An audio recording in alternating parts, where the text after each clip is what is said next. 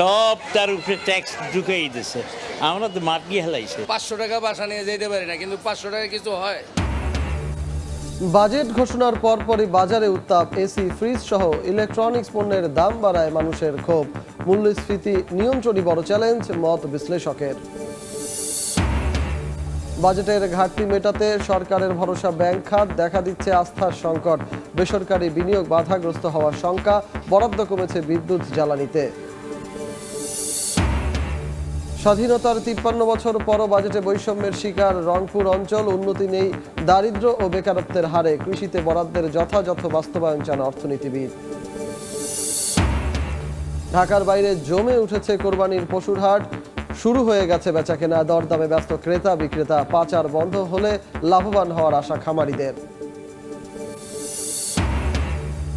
এবং অভিবাসন নীতিতে কঠোর হচ্ছে মালদ্বীপ। বিদেশি কর্মী নিয়োগে নীতিমালায় পরিবর্তন। বকেয়া জরিমানা পরিশোধে নিয়োগকর্তারা ব্যর্থ হলে বাতিল হবে পারমিট।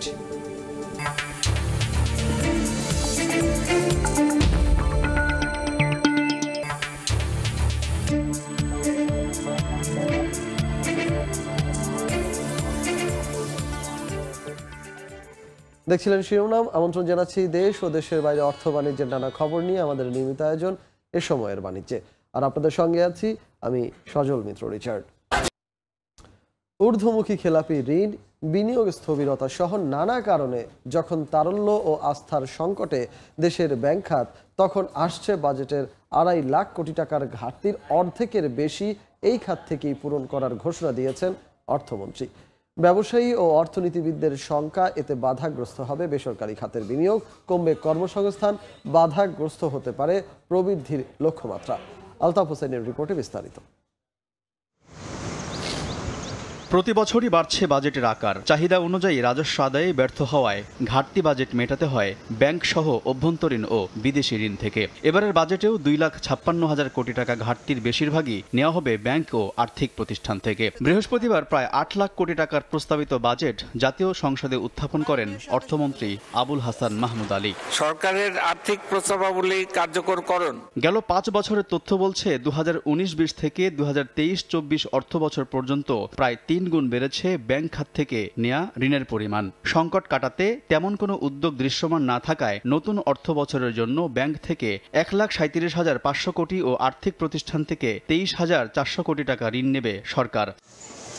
ব্যাংক ঋণের সুদহার বাজার ভিত্তিক করায় এমনিতেই বিপাকে শিল্প উদ্যোক্তারা। এমন পরিস্থিতিতে সরকারের ব্যাংক নির্ভরতায় ব্যবসা বাণিজ্য সম্প্রসারণে চ্যালেঞ্জ বাড়বে বলে মনে করেন ব্যবসায়ীরা। বেসরকারি খাতে চলতি ঋণের প্রবাহ যদি না বাড়ার সুযোগ থাকে, তখন এটা ব্যবসা বাণিজ্যের জন্য একটা বড় ধরনের ক্ষতির সম্ভাবনা ক্রিয়েট করবে। সুদের হার বাড়লে আপনার ইকোনমিক গ্রোথ রেট কমতে বাধ্য, প্রোডাকশন খরচ বেড়ে যায়, ইনফ্লেশনের উপরেও একটা বড় ধরনের চাপ পড়ে। অর্থনীতিবিদরা বলছেন, ব্যাংক খাত থেকে ঋণ নেওয়ার প্রবণতা বাড়লে বাধাগ্রস্ত হবে নতুন কর্মসংস্থান। মূল্যস্ফীতি আছে, রিজার্ভ কমে যাচ্ছে। সরকার ইমিডিয়েটলি যদি আর্থিক খাতটা যদি সুসংগত না হয়, ব্যাংকিং সেক্টরটা, ব্যবসা বাণিজ্য যদি ভালো না হয়, তবে সরকার কি করে ট্যাক্স আদায় করবে, প্রত্যক্ষ কর বলেন, পরোক্ষ কর বলেন, ভ্যাট আদায় করে, ডিফিকাল্ট হয়ে যাবে। ব্যাংকের দুর্বলতা কাটাতে ঋণ খেলাফি ও দুর্নীতি অনিয়ম বন্ধে সুশাসন নিশ্চিত করাই সরকারের প্রধান চ্যালেঞ্জ বলে মনে করেন অর্থনীতিবিদরা। আলতাফ হোসাইন, সময় সংবাদ, ঢাকা। গতবারের তুলনায় বরাদ্দ কমল বিদ্যুৎ ও জ্বালানি খাতে। প্রস্তাবিত বাজেটে গুরুত্ব পেয়েছে বিদ্যুৎ সঞ্চালন ও বিতরণ ব্যবস্থার আধুনিকায়ন, স্থলভাগে ও সাগরে গ্যাস অনুসন্ধান, সামুদ্রিক সম্পদ আহরণ ও নবায়নযোগ্য খাতে প্রস্তাব করা হয়েছে বিশেষ বরাদ্দ। ফারুক ভেরবিনের রিপোর্ট। প্রতিবারই বাজেটে বিশেষ নজর থাকে অর্থনীতির চালিকা শক্তি বিদ্যুৎ ও জ্বালানি খাতের দিকে। এবারের উন্নয়ন বাজেটে চতুর্থ স্থানে রাখা হয়েছে এ খাতকে। প্রস্তাব করা হয় উন্নয়ন বাজেটের 10.7%। তবে গতবারের তুলনায় প্রস্তাবিত বাজেটে এবার কমেছে মোট বরাদ্দ। গত বাজেটে যেখানে 34,819 কোটি টাকা পেয়েছিল বিদ্যুৎ ও জ্বালানি মন্ত্রণালয়, সেখানে এবার মিলছে 30,317 কোটি টাকা। যদিও সংশোধিত বাজেটের তুলনায় আকার বেড়েছে কিছুটা, তবে বরাদ্দের ক্ষেত্রে এবারও উপেক্ষিত সংকটে ধুঁকতে থাকা জ্বালানি খাত। অর্থমন্ত্রীর বাজেট বক্তৃতায় বিশেষভাবে উল্লেখ করা হয় রূপপুর পারমাণবিক বিদ্যুৎ কেন্দ্রের অগ্রগতি, স্মার্ট গ্রিডের মাধ্যমে বিদ্যুৎ খাতের আধুনিকায়ন, জ্বালানি সংকট কাটাতে স্থলভাগে গ্যাস অনুসন্ধান, নতুন করে ভাসমান ও স্থলভিত্তিক এলএনজি টার্মিনাল নির্মাণের পরিকল্পনা, সাগরের তেল গ্যাস অনুসন্ধানে দরপত্র আহ্বানের বিষয়টি। অনশোর এলাকায় তেল গ্যাস অনুসন্ধান ও উত্তোলনের জন্য 48টি কূপ খনন ও ওয়ার্ক ওভার করার পরিকল্পনা রয়েছে। Bangladesh offshore model production sharing contract 2023 প্রণয়ন করা হয়েছে। এর আওতায় অগভীর সমুদ্রের 9টি ব্লক এবং গভীর সমুদ্রের 15টি ব্লকে তেল গ্যাস অনুসন্ধান ও উত্তোলনের লক্ষ্যে আন্তর্জাতিক প্রতিষ্ঠান নিয়োগের জন্য বাংলাদেশ অফশোর বিডিং রাউন্ড 2024 শুরু করা হয়েছে। বিদ্যুৎ ও জ্বালানি খাতে এবারও বড় অঙ্কের ভর্তুকি থাকলেও সেখান থেকে ধীরে ধীরে বেরিয়ে আসতে চায় সরকার। সেক্ষেত্রে নিয়মিত দাম সমন্বয়ের নির্দেশনা আসে বাজেট প্রস্তাবে।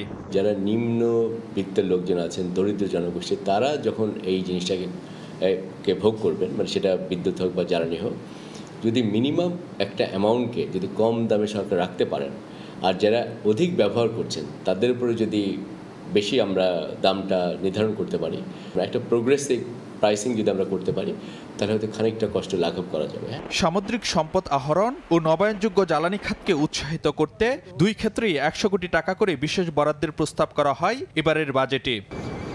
ফারুক ভিয়া, রবিন, সময় সংবাদ, ঢাকা। বাজেট ঘোষণার পরদিনই চড়া নিত্যপণ্যের দাম বেড়েছে সবজি, মাছ, চাল, ডাল সহ নিত্যপণ্যের দর। বাজেট পরবর্তী বাজারের খবর জানাতে এই মুহূর্তে রাজধানীর কারওয়ান বাজারে আছেন সহকর্মী সাইফুল ইসলাম। সরাসরি চলে যাব তার কাছে। সাইফুল,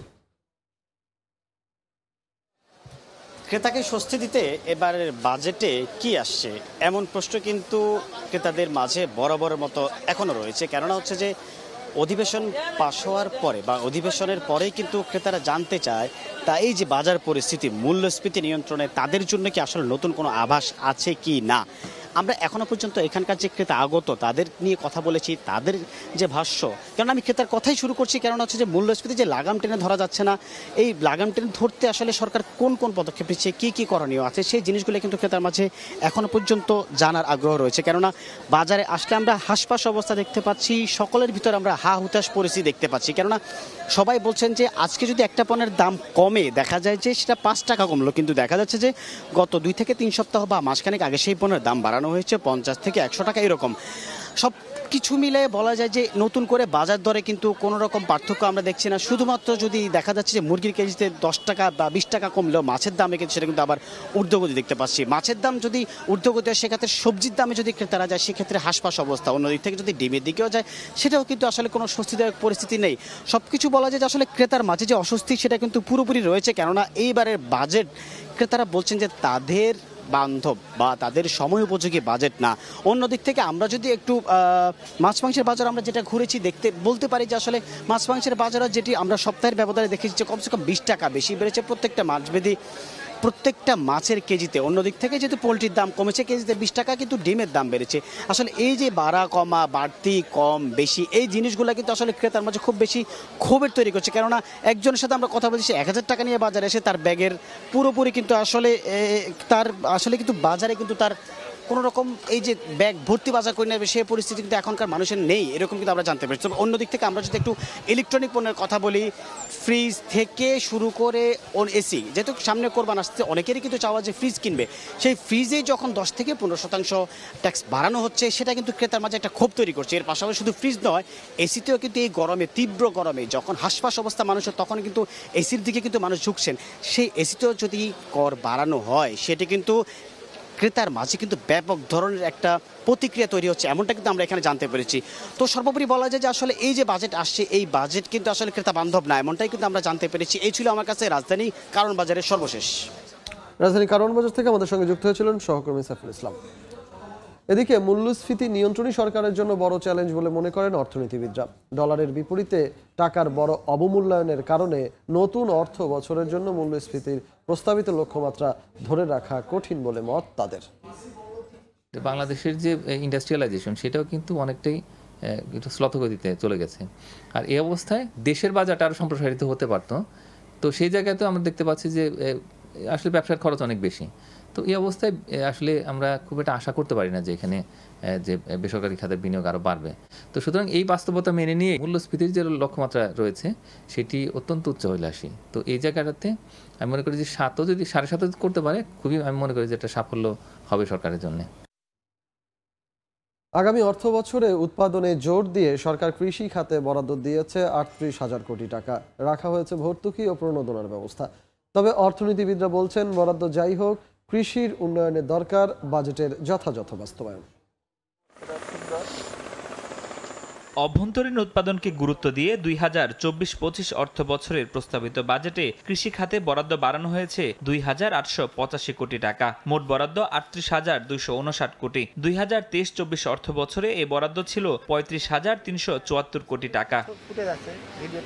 অর্থমন্ত্রী জানান, সারে ভর্তুকি দেওয়ার পাশাপাশি কৃষিজ উৎপাদন বৃদ্ধির লক্ষ্যে যান্ত্রিকীকরণের প্রতিও জোর দিচ্ছে সরকার। কৃষি খাত সহ মৎস্য ও প্রাণী সম্পদের উন্নয়ন এবং খাদ্য নিরাপত্তা নিশ্চিত করার লক্ষ্যে আগামী 2024-25 অর্থ বছরে 38,259 কোটি টাকা বরাদ্দের প্রস্তাব করছি। আগামী অর্থ বছরের জন্য কৃষি খাত বরাদ্দ পেয়েছে মোট বাজেটের 5.9%, যেখানে শস্য কৃষির জন্য 3.4% ও বাকি 4 মন্ত্রণালয় পেয়েছে 2.5%।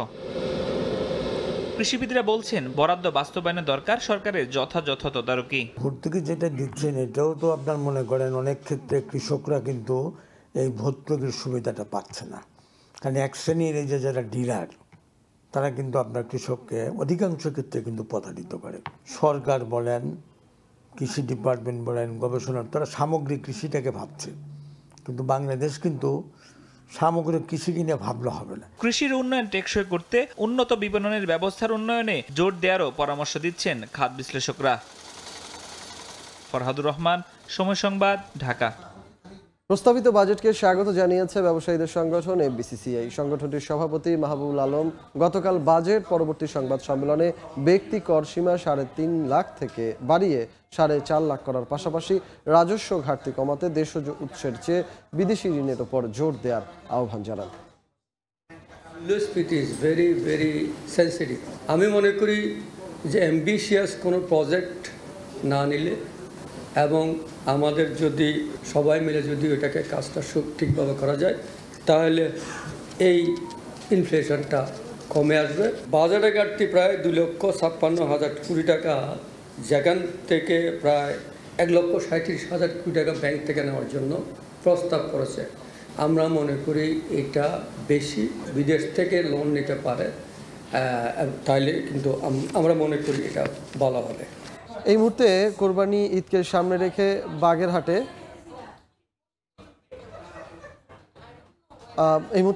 আছেন আমাদের সহকর্মী টুটুল। আমরা সরাসরি চলে যাচ্ছি তার কাছে।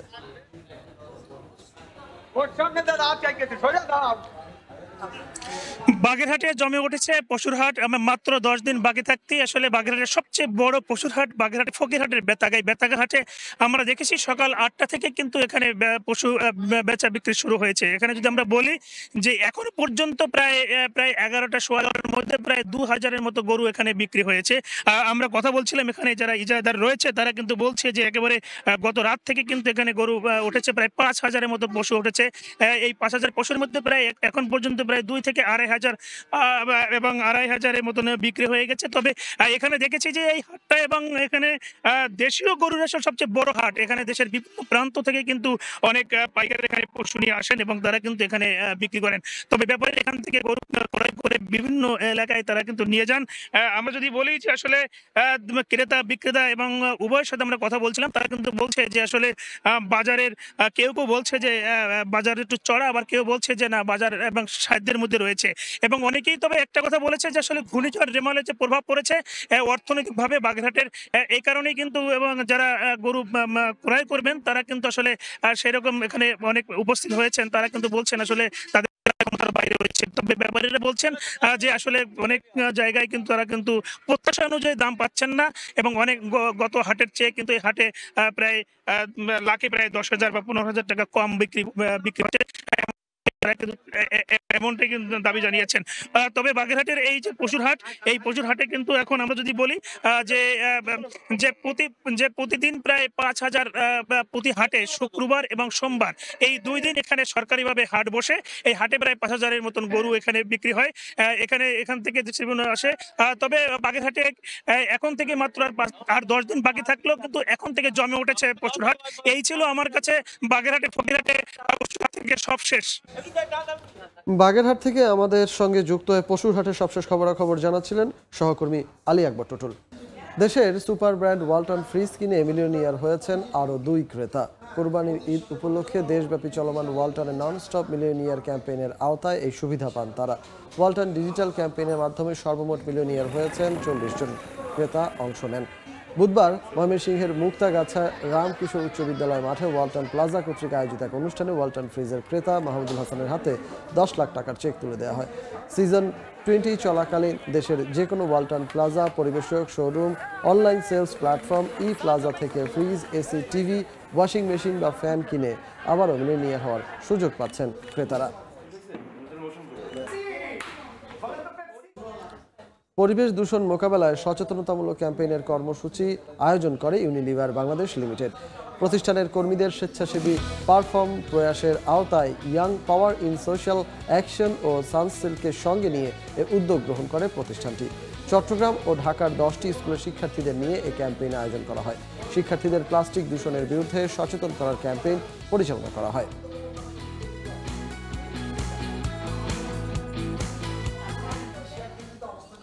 গাজীপুরে আরলা ফুডস বাংলাদেশের অত্যাধুনিক ও টেকসই ইউএইচটি ফ্যাক্টরি উদ্বোধন করা হয়েছে। বৃহস্পতিবার সকালে মৎস্য ও প্রাণী সম্পদ মন্ত্রী আব্দুর রহমান ও ডেনমার্কের রাষ্ট্রদূত ক্রিপিয়ান ব্রিক্স মোলার প্রতিষ্ঠানটির উদ্বোধন করেন। প্রতিষ্ঠানটি দেশে নিরাপদ দুগ্ধ উৎপাদনে নতুন মানদণ্ড হয়ে কাজ করবে বলে জানান কর্তৃপক্ষ। বাংলাদেশ দুগ্ধ খাতে স্বয়ংসম্পূর্ণতা অর্জনের লক্ষ্যমাত্রা গ্রহণ করায় বেসরকারি খাতের অবদানকে স্বাগত জানান মৎস্য ও প্রাণী সম্পদ মন্ত্রী।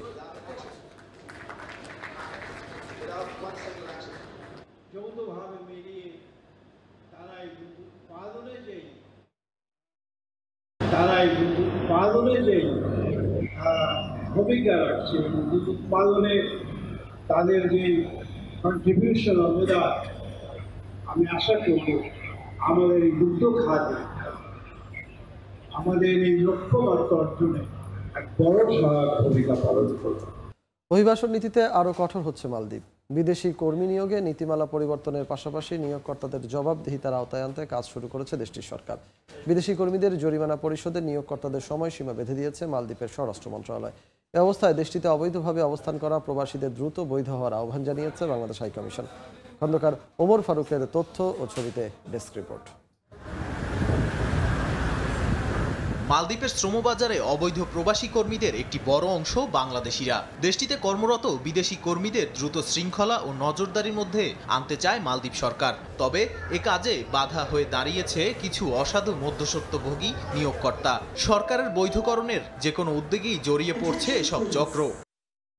বৃহস্পতিবার দেশটির স্বরাষ্ট্র মন্ত্রণালয় জানায় 10,619টি নিবন্ধিত নিয়োগকর্তার অধীনে 1,02,807 জন অভিবাসী কর্মীর জরিমানা এবং ফি বকেয়া রয়েছে।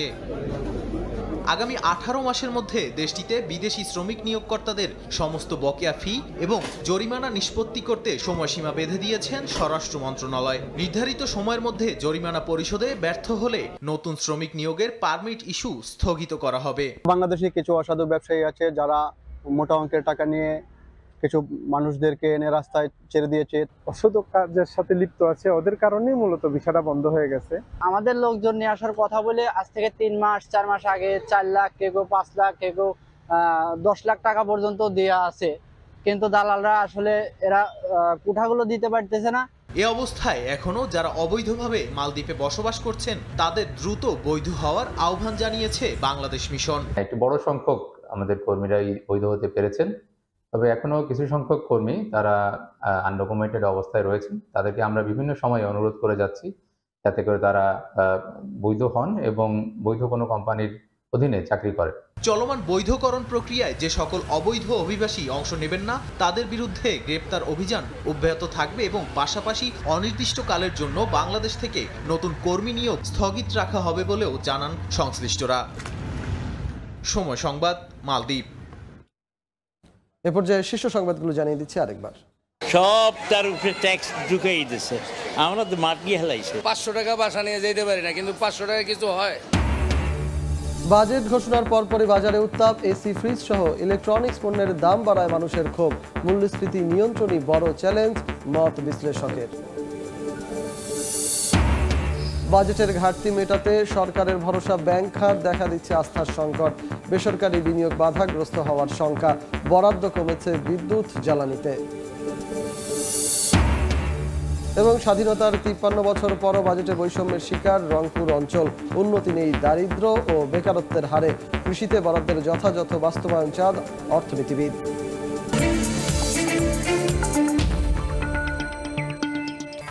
এই ছিল এ সময়ের বাণিজ্যে। সময় সংবাদের সঙ্গে থাকবেন সহকর্মী আফরোজা মৌটুসী। ধন্যবাদ বিচার। সময় সংবাদ নিয়ে ফিরছি কিছুক্ষণ পর, সঙ্গে থাকুন সময়ের।